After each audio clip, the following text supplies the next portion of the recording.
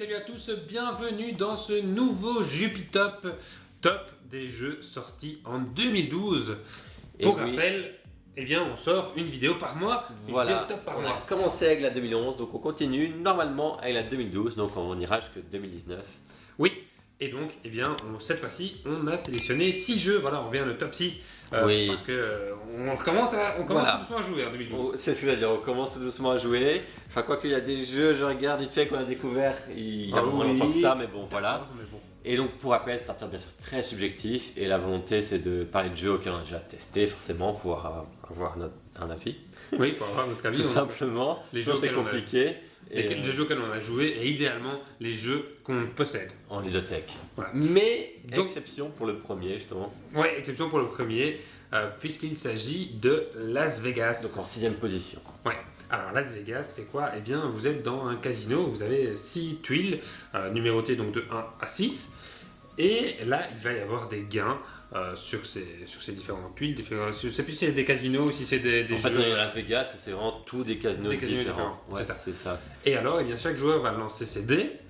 Et alors, on va positionner ces dés sur le casino correspondant, donc de 1 à 6. Et ensuite, eh bien, c'est une question de majorité. Ouais, c'est ça. En fait, tous les joueurs vont jouer au total tous leurs dés. Mais à chaque fois, quand on va relancer ces dés, on va décider quelle valeur est-ce qu'on attribue donc au casino correspondant. Mais il me semble bien, mes souvenirs sont peut-être pas corrects, que si on fait 3-5, on décide de placer les 5, on est obligé de placer tous les 5. Donc c'est cool parce qu'on va être sûr d'avoir une majorité. Mais par contre, on se débarrasse de déjà, oui, on a beaucoup plus de chances d'avoir une majorité, mais on se débarrasse déjà de beaucoup de CD, donc on aura moins de placements à faire par après, donc moins de choix. Mais, enfin non pas mais à la fin, donc il y a bien un système de majorité pour voir qui est dominant dans chaque casino. C'est ça, et alors celui qui est dominant prend une grosse partie et le deuxième prendra un peu moins d'argent. Ouais. Donc on fait ainsi plusieurs manches, celui qui a le plus de sous remporte la partie.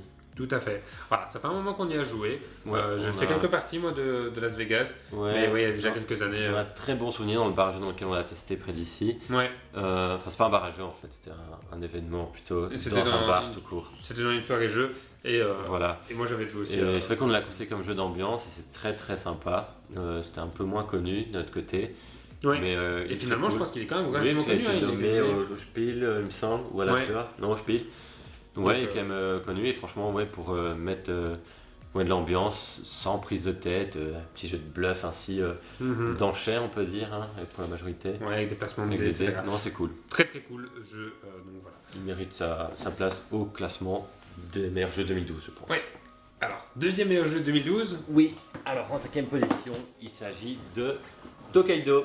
Alors Tokaido, donc un jeu d'Antoine Boza. Déjà moi j'adore la couverture. Ouais, mais t'as pas la même couverture qu'en 2012 il me semble. Non, moi j'ai l'édition anniversaire 5 ans.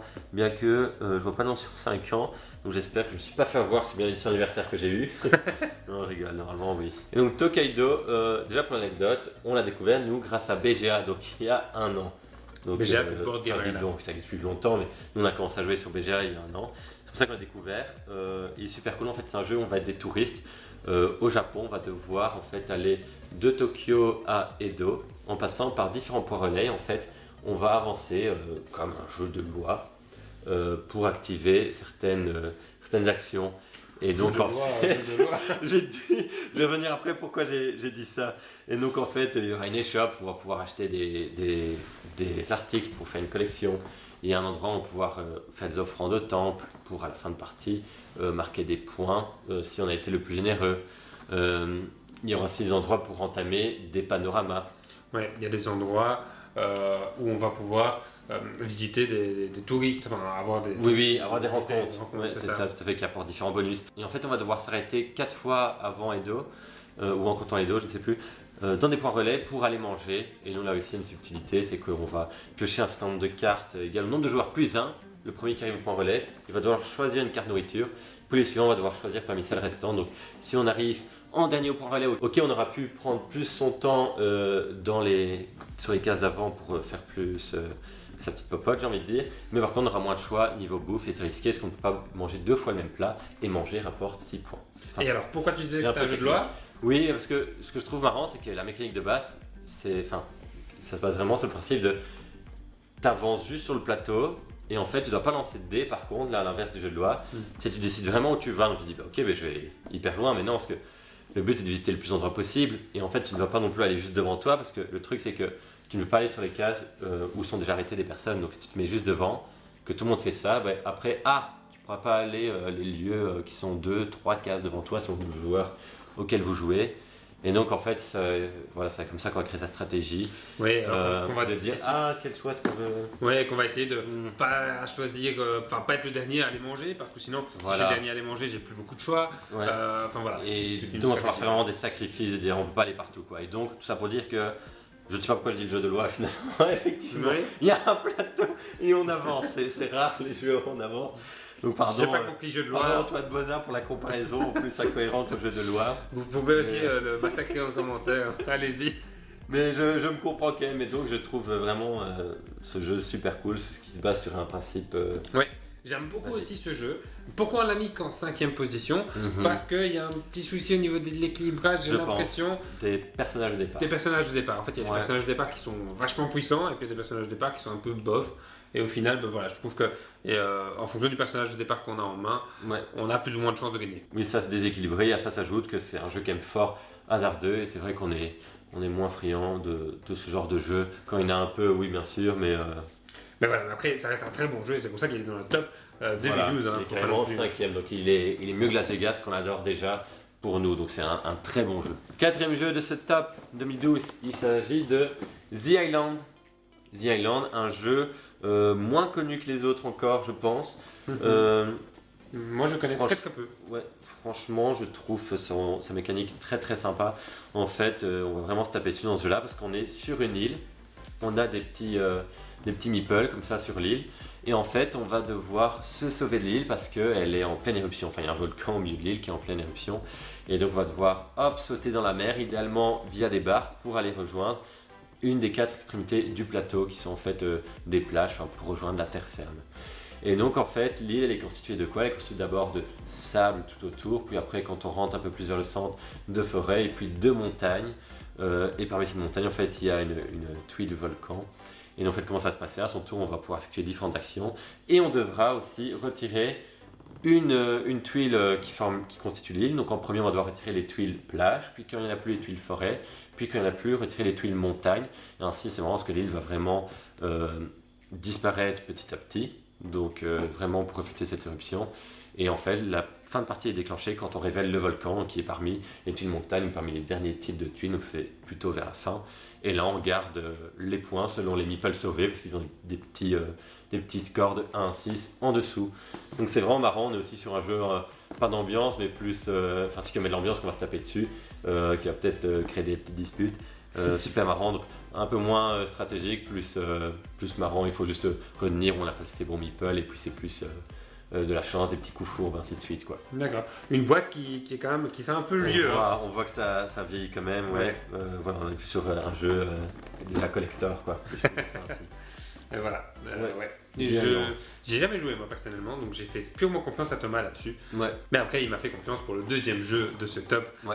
Donc voilà, chacun son tour. Ouais, donc vous vous rendez compte, il a jamais joué à un jeu que je mets 4ème en 2012 et moi je vais jouer à un jeu qui va mettre 2ème en 2012. Vous allez comprendre pourquoi et vous allez être d'accord avec moi. Il y a tellement de jeux aussi. J'ai vas-y, le troisième, donc le 3e qui est Anabi. Anabi, tout petit jeu de cartes. Coopératif. Très sympa, tactique, où en fait, vous allez vous retrouver avec 4 ou 5 cartes en main que vous allez montrer 4 que vous allez montrer en fait à tout le monde, que vous ne voyez pas. C'est ça, des cartes feu d'artifice. Et donc vous ne voyez pas les cartes, mais tout le monde voit vos cartes. Et alors, vous voyez aussi les cartes de tout le monde, et vous allez pouvoir donner des indices aux autres joueurs. Vous allez pouvoir donner des indices soit sur le chiffre de la carte, soit sur la couleur de la carte. C'est un jeu à communication limitée, on ne peut pas parler de as. Ouais, c'est ça. Et en fait, les cartes sont, ils ont 5 couleurs, si je dis pas de bêtises, et numérotées de 1 à 5. C'est ça, et donc en fait, il va falloir construire les feux d'artifice. Donc au début, on va devoir essayer de placer les 1 en bas pour qu'il y ait les 5 piles de feux d'artifice, et puis au-dessus des 1, on devra monter ainsi jusqu'à 5, et le but, c'est d'avoir le plus de points possible à la fin de la partie. Et en fait, de faire le moins d'échecs possible, puisqu'en fait, on va avoir soit le choix entre donner un indice, jouer une carte. Donc de jouer une carte, il faut qu'elle soit qu'elles correspondent à la carte dont on a besoin à ce moment-là, ou alors défausser une carte, puisqu'il y a plus de 1, plus de 2 que nécessaire. Et donc selon les indices qu'on a reçus, on peut se dire bon, je pense qu'il faut jouer cette carte-là. On la montre juste, et si effectivement c'était le moment de la placer sur une des piles correspondantes, c'est-à-dire que si on était aux 2 blancs, il fallait jouer le 3 blanc, ou alors s'il y avait une pile à commencer, les 1 c'est d'office bon. Voilà, donc si c'est bon on peut la mettre, si c'est pas bon, donc c'est une pénalité. Je pense qu'au bout de 3 pénalités, on s'arrête, on compte les points. On a perdu. Enfin, on a perdu. Non, on n'aura pas perdu, on compte les points, mais on aura des petits points. Ouais. Donc un jeu très sympa où aussi on va s'énerver sur les gens qui jouent mal. Non, mais Oui, ça c'est sûr, on s'énerve sur les gens qui jouent mal. Voilà, mais donc un très bon jeu. Très bon jeu, Hanabi, en 2e position, mais il n'est pas aussi bon que... En 3e position, pardon, mais il n'est pas aussi bon que le 2e, qui n'est autre que Seasons. Ouais, selon les dires de Julien, je lui fais confiance. Voilà, Seasons, excusez-moi pour la boîte un petit peu brûlée par le soleil. Brûlée par le soleil, cette boîte. Donc elle n'est pas très belle, désolé. Mais sinon, elle était très belle comme boîte. En 2012, ça, franchement, ça en jetait. C'était vraiment très très beau. Oui, la couleur était beaucoup plus belle. Et alors, Seasons, c'est quoi? Eh bien, c'est un jeu qui va se baser sur les éléments. Vous allez avoir donc des saisons, d'où le nom. Et alors, comment ça va se passer? Au tout début, déjà, vous allez devoir construire votre deck via une phase de draft. Puis vous allez garder des cartes en main et vous allez garder des cartes pour les années suivantes, puisqu'on va jouer ça sur 3 années. Ensuite, il y a un système de saison. Donc il y a l'été où en été, eh bien, il y a plus d'énergie feu, par exemple. En automne, il y a plus d'énergie air, ou feuille. En hiver, il y a plus d'eau, si je ne dis pas de bêtises. Ou de la terre, ou non, de l'eau. Voilà. Et au printemps, plus de la terre, si je pense. Donc voilà, ça c'est l'idée. Et alors, vous allez avoir des dés, vous allez lancer les dés, et donc c'est sur ces dés-là qu'est représenté en fait plus de feu en été, etc. C'est sur ces dés-là que c'est représenté. Et donc, vous, eh bien, vous allez prendre un dé, votre adversaire ou vos adversaires vont également prendre un dé, et vous allez appliquer l'effet qu'il y a sur le dé. Vous allez récolter des ressources, vous allez pouvoir gagner des points pour faire des actions, vous allez pouvoir marquer des points de victoire directement via des dés. Voilà, c'est ce que vous allez pouvoir faire. Et alors vous allez devoir ensuite jouer des cartes, invoquer des cartes, invoquer soit des familiers, soit des objets magiques. Tout ça pour gagner des points, pour embêter l'autre joueur, pour construire votre stratégie. Et voilà, ça va jouer en 3 ans. Donc à chaque fois, en fait, sur le dernier dé qui restera, que personne n'aura pris, eh bien, il y aura un petit chiffre entre 1 et 3. Et c'est le nombre de mois dont on avancera sur la piste. Ça a l'air pas mal effectivement. À tester donc une fois quand on aura le temps. Alors, j'aime beaucoup Seasons. Il y a des extensions qui sont sorties. Par contre, j'aime beaucoup y jouer à 2 joueurs. On y a joué une fois à 4 joueurs. J'ai trouvé ça très très long. Et voilà. Ouais, non. Je préfère vraiment ce jeu à 2 joueurs. Plus de savoir à 2. Clairement. Ok, je te fais entièrement confiance. En number 1 de ce classement, mais donc malheureusement pour tous ces tops, vous allez être spoilé à chaque fois de number 1. Mais donc il s'agit de Andorre. Andorre, est-ce qu'il faut encore en parler? Alors, est-ce qu'il faut encore en parler? Non. Donc on n'en parle pas. Non, si, on va Allez, quand même vite fait. Donc Andorre, c'est le jeu coopératif du moment en 2012. Enfin, c'était le jeu coopératif du moment révolutionnaire. Où là on partait vraiment à l'aventure, donc dans le pays d'Andorre. On va devoir sauver le royaume parce qu'il y a une menace qui pèse sur le royaume. En fait, il s'avère à la fin, on va se rendre compte que c'est un dragon qui va venir attaquer le royaume. Mais avant ça, on va devoir déjà partir dans la mine parce qu'il y a beaucoup de monstres dans la mine. On va devoir revenir pour sauver l'intro, enfin ainsi de suite. Il y aura plusieurs quêtes.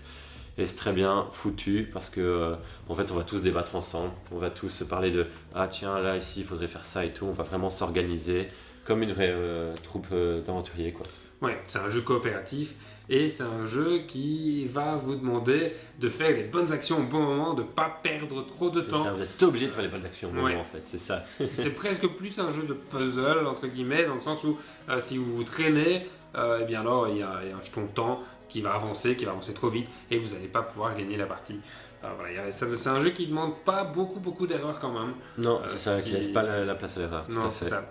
Mais voilà, très bon jeu, très bon jeu à l'époque. Très bon jeu, ouais. Ça c'est sûr. Et qui met sa place number 1. Et donc Wilson Ball, qu'on avait dit, c'est comme il laisse pas beaucoup de place à l'erreur et qui a forcément, comme tout jeu, une toute petite place de hasard. Si vous n'avez pas la chance dans une partie, alors que tout était parfait, ça fait chier. Mais voilà, justement, c'est ce côté frustrant qu'on aime bien, on a envie de réessayer la On a quête envie de derrière.